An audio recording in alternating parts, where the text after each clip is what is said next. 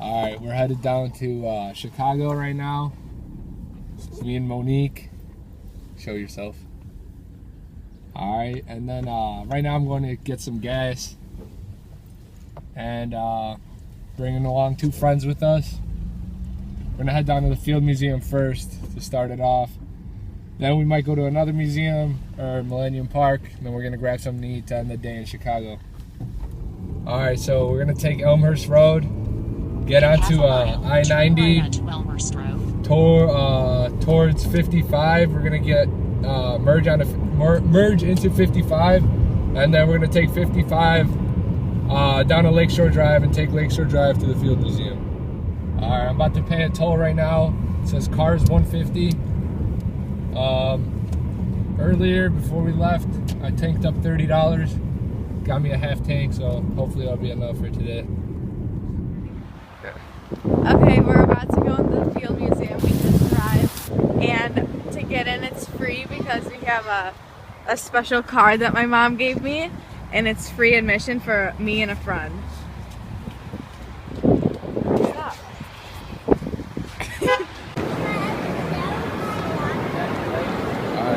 Sue is the most largest and most complete, best preserved Tyrannosaurus Rex.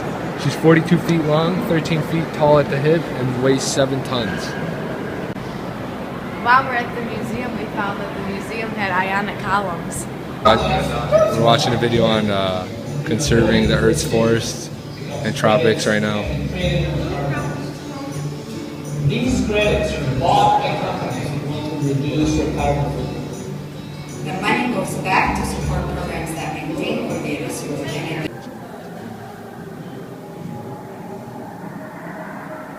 In New Ireland, people carve wooden sculptures to honor the dead. In Melanesia, slit drums were often hidden because they were too sacred for women's eyes.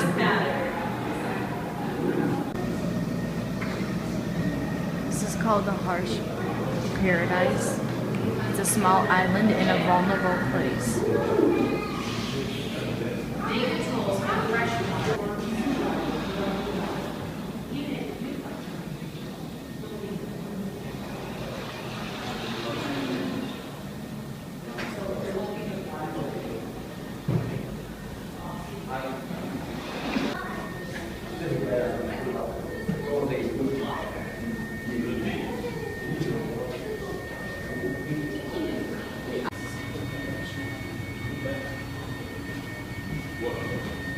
Wait, you want me to talk?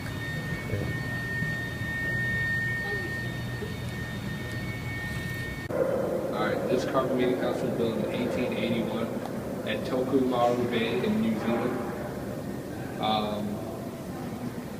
In 1905, the Field Museum purchased this house in Hamburg, Germany.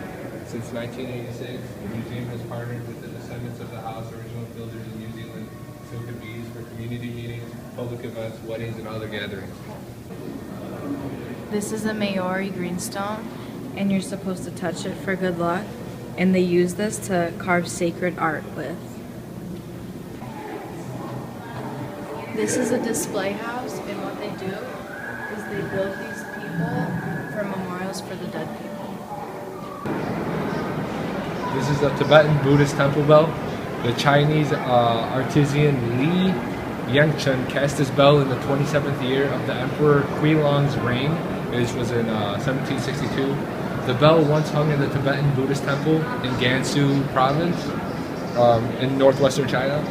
On this nearly 200-pound bell, you will find chrysanthemums, dragons, and a Buddhist poem, and the writing is in Chinese and Tibetan.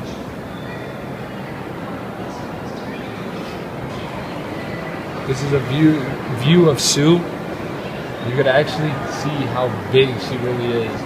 It's kind of crazy. Look up and you'll see 2 large figures standing watching over the main hall. These figures represent the museum's mission. The woman holding the skull is science, and the one reading to the child is this Michian of knowledge.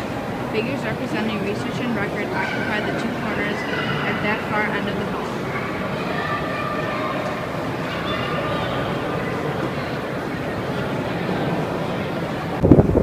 just got done at the Field Museum. We've been here for about 2 hours looking at a lot of stuff, learned a lot of new things.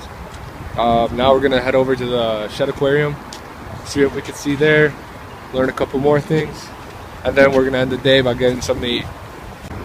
So from the Field Museum, we're gonna head over to the Shed Aquarium, and we're gonna take McFetridge Road down to Lakeshore Drive, take a right on Lakeshore Drive, and the Shed Aquarium is half a mile away from the Field Museum. Yeah. Okay, we just arrived at the Shed Aquarium. It took probably 4 minutes to get here, and we get in for free again because of this cool thing.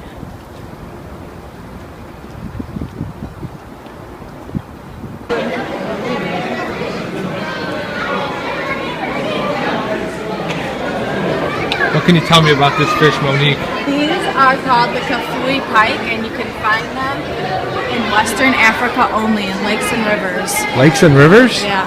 Whoa. It's pretty cool.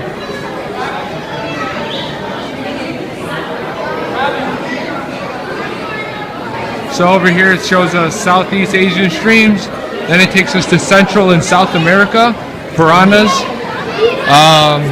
Then we can see Australia, Australian rivers, the Australian longfish, paddlefish, Nile River, African River, and then an Asian and Indian rivers. It shows us all the fish that are located all over that.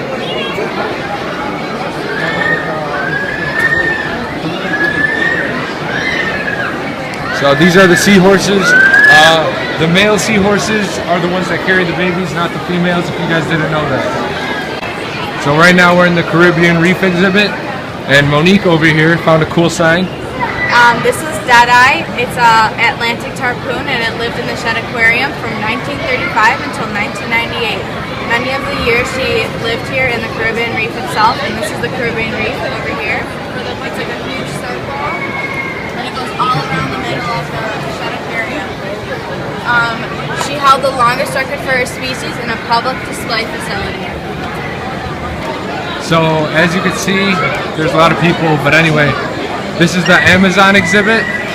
Shows us all the fish and like species in the Amazon.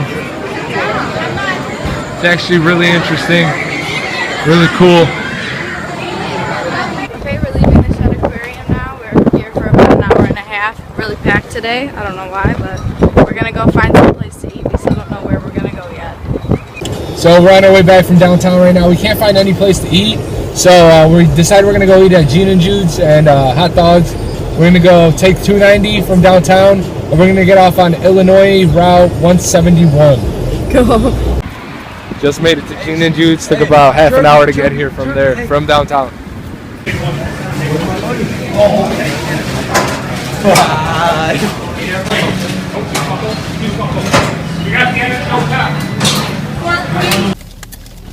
So they don't have any seats in there, Gene and Jude's, no tables or anything, so we're eating in my car right now.